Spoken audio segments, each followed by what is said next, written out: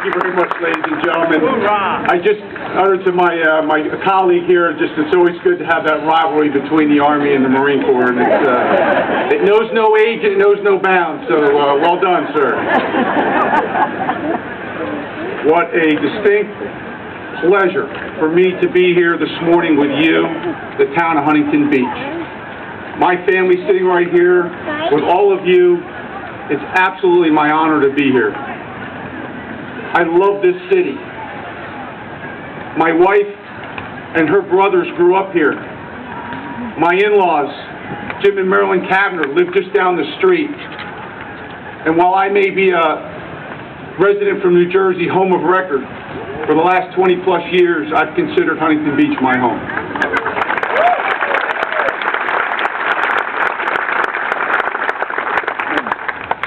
I know that patriotism runs very deep in this city. You don't have to go very far to look at the houses and the businesses of this community and see the American flag flown proudly. And it's great to see all of you here taking time out of your holiday to remember those patriots who gave the ultimate sacrifice so that we could live free. Let me also add my greetings from the Marines of 3rd Battalion, 1st Marines of the 1st Marine Regiment of the 1st Marine Division. They send their very best to you, and they know you support the Thundering Third.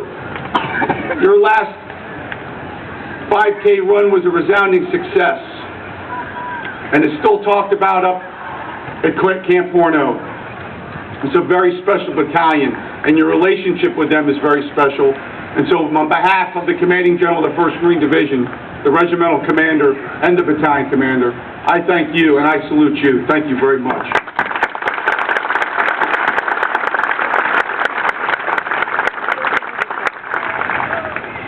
Memorial Day can very quickly be overshadowed by a weekend's events. It can be overshadowed by the beginning of summer. And while that may be true, I think it's fitting that we stop and we reflect on the many sacrifices of so many that have given to this great country. For a family member who's endured the loss of a loved one, the phrase, "freedom is not free," rings true today. And on a day like today for them, it's a reminder of the joyful times when they were with us. It's also a welling up of sorrow that has been summoned to the front. For comrades in arms, it's an opportunity to remember. It's an opportunity to recount stories when we were once young. And for us here today, it's our opportunity to honor the fallen, remember that price that was paid, that the United States would remain what Ronald Reagan once said, the shining city on the hill. Last year I had a wonderful opportunity to participate in a memorial ceremony at the National Cemetery in Bellewood in Château-Thierry, France. It was the site of an iconic battle that stemmed the German advance on Paris during World War I. It was the birth of the Marine Corps in Europe. It is where the legacy of the 5th and 6th Marine Regiments gained fame for their tenacious fighting abilities in the lush wheat field in the deep wood. It's the place where on 3 June 1917, the retreating French forces pleaded with the Marines to fall back, and where Lloyd Williams from 2nd Battalion, 5th Marines uttered those famous words, "Retreat, hell, we just got here." It's where the legend and the lore of the term Teufelhunden, or double dog, was coined for the U.S. Marine. It's the site where 23 days of battle, there were 9,777 casualties, including more than 1,800 killed. And it's the resting site of 2,289 American war dead from this battle and in the vicinity of the Marne Valley.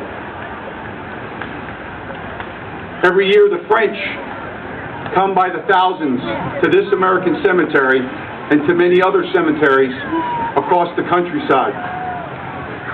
They come to pay tribute and to remember the so many Americans that gave their lives for the freedom of France. Today we have just about enough seats for everyone that wants one. At Belleau Wood, the crowd is 6 deep, and they stand quietly for an hour-and-a-half ceremony each year.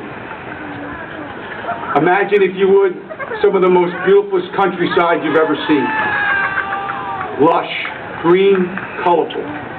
Belleau Wood surrounded by towns are frozen in time from nearly 100 years ago. When you walk through the woods, you still see the fighting positions. You still see the trees scarred from shrapnel. It's as if the countryside and these woods have been preserved for all time. And I remember standing there that early morning in the wood with a contingent of U.S. Marines and French Foreign Legionnaires. My commandant awarded a medal to the Army French Chief of Staff, General Bertrand Bordeaux.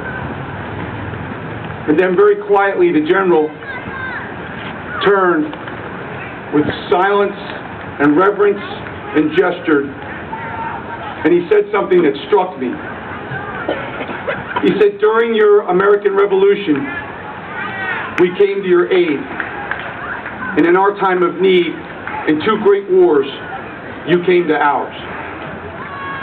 And the sincerity and reverence from the general was breathtaking.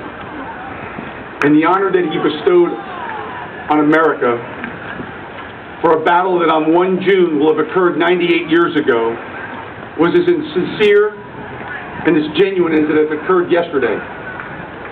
And it was for me the realization that Memorial Day is not contained just here in Huntington Beach, but around the globe with our allies in Europe.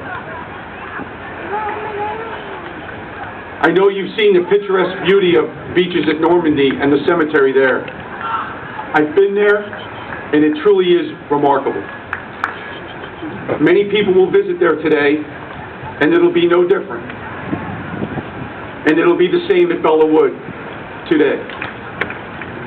And to see what occurs there deepens down in your soul and stirs you. It stirs you with emotion. And such was the case in May in 1923, where the National Monument was dedicated and the land from the French given to the Americans in perpetuity as a memorial. The woods was renamed Bordeaux La Brigade des Marines, Woods of the Marine Brigade, and that sign is still there today.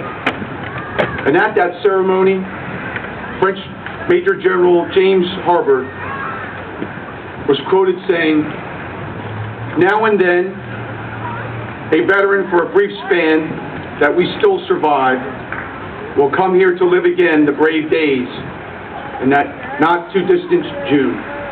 Here will be raised the altars of patriotism. Here we will be renewed the vows of sacrifice and consecration to our country. Hither will come our countrymen in hours of depression and even failure, and take courage from the shrine of great deeds." We too have our monuments, and we draw courage from them, and we renew our vows, and we lift up our country, and we remember our fallen, and we never forget. There are 2 Huntington Beach men who died in World War I. There are over 30 that sacrificed in World War II.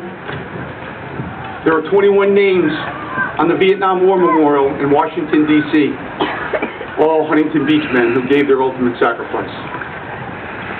In this past decade, you've added 4 more men to your war memorial outside your city hall.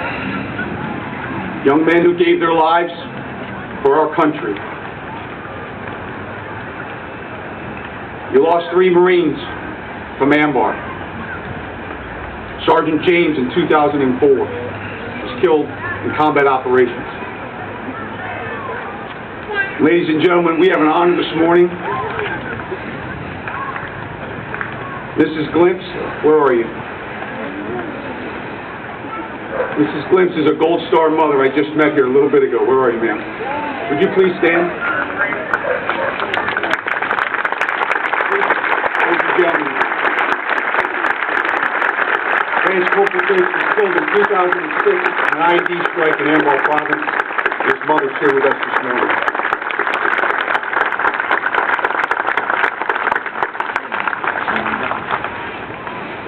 Lance Corporal Windsor was killed in 2007, also by enemy action.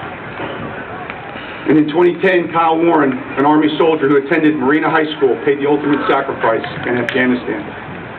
Each one of these patriots called Huntington Beach home. They're your local boys. They're our local boys. And we must find courage in their sacrifice that reminds us, all of us, that freedom is not free, that it demands our respect, and that it demands our very best for the future of this nation, lest it cease to be the shining beacon for the rest of the world.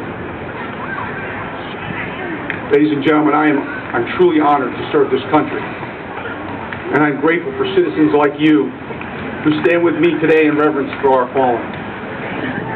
That we raise to the altar of patriotism our personal thanks and our respect to our loved ones who remain, and the commitment that we shall never forget. And as I close, that we as countrymen, that we take courage from those that have gone before us, and that we remember their great deeds accomplished, so that we may live free, so that we may live with freedom and liberty in this great country of ours. Thank you very much for allowing me to come speak to you this morning. God bless you, and God bless this great country of ours.